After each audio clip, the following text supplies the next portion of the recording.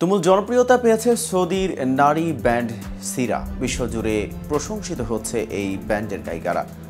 Underground band হিসেবেই Saudi আরবের রিয়াদে শুরু হয়েছিল দেশটির প্রথম নারী রক ব্যান্ড সিরার যাত্রা। প্রাথমিক পর্যায়ে গ্যারেজে হতো তাদের পারফর্ম, এরপর জনসম্মুখে আসার সুযোগ হতেই ঘটে বাজিমাত। কিন্তু কারা এই সিরা? কঠোর ধর্মীয় বিধিনিষেধ উপেক্ষা করে কিভাবে জনপ্রিয়তার শীর্ষে উঠল সিরা এবং এ বিষয়ে কি বলছেন সিরার সদস্যরা? চলুন সে বিষয়ে বিস্তারিত জেনে নেওয়া যাক প্রতিবেদনের বাকি অংশে। আর টিভি শোবিজ চ্যানেল থেকে আপনাদের সাথে আছি আমি মেহেদি হাসান। মধ্যপ্রাচ্যের এই দেশে কঠোর ধর্মীয় বিধিনিষেধ ও পুরুষ শাসিত সমাজ বাধা হয়ে দাঁড়াতে পারেনি সিরার জন্য। তারা নিজেদের মতো করে এগিয়ে গেছেন। সিরার ব্যান্ড সদস্যরাও অবশ্য তাই মনে করেন।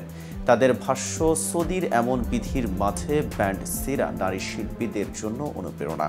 শুধু তাই নয়, আরবি সংস্কৃতি সিরা অর্থ জীবন। এই ব্যান্ডের মূল উদ্দেশ্য সৌদি নারীদের সঙ্গীতের প্রতি আগ্রহী করা। সদস্যরা জানান, বিধি নিষেধ সত্ত্বেও পরিবারের সমর্থন পেয়েছেন তারা। ব্যান্ডের প্রধান ভোকাল নোরা বলেন, সৌদি নারীরা নিজেদের সঙ্গীত নিয়ে উপযুক্ত বলে মনে করেন না। আমি চাই তারা তাদের প্রতিভা প্রকাশ করুক।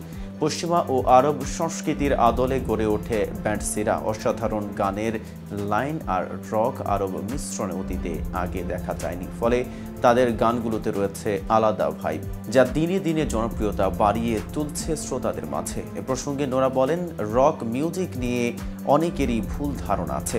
এর আলাদা একটা ধরন আছে, শুধু চিৎকার করলেই রক মিউজিক হয় না। গত 4 ডিসেম্বর মুক্তি পেয়েছে তাদের প্রথম অ্যালবাম। 2008 সালে দ্য একুলেট নামের আরও একটি নারী রক ব্যান্ড আত্মপ্রকাশ করেছিল, যাদের শুধু আন্ডারগ্রাউন্ডেই গানের অনুমতি মিলেছিল। তবে এবার জনসম্মুখে গান গাওয়ার অনুমতি পেয়েছে সিরা। উল্লেখ্য, ভিশন 2030 সংস্কার পরিকল্পনার মাধ্যমে বেশ কিছু সাংস্কৃতিক ও সামাজিক পরিবর্তন করছে সৌদি সরকার। কঠোর ইসলামিক শাসন ব্যবস্থাতেও এসেছে পরিবর্তন, বিশেষ করে নারীদের অধিকারের ব্যাপারে। ফলে স্বাধীনভাবে সিদ্ধান্ত নিতে পারছে সৌদি নারীরা, এমনটি জানাচ্ছে দেশটির গণমাধ্যম।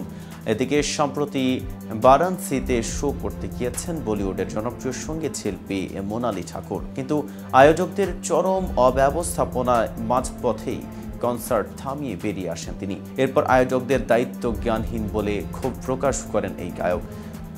শোয়ের অব্যবস্থাপনা দেখে মারাত্মক হতাশ মোনালি। শিল্পীর অভিযোগ, মঞ্চের এমন অবস্থা ছিল যে তিনি সেখানে পড়ে গিয়ে পায়ে ব্যথা পেতে পারতেন। এক ভিডিও বার্তায় গায়িকা বলেন, আমি আর আমার টিম এখানে অনুষ্ঠান করার সুযোগ পেয়ে খুব উচ্ছ্বাসিত ছিলাম।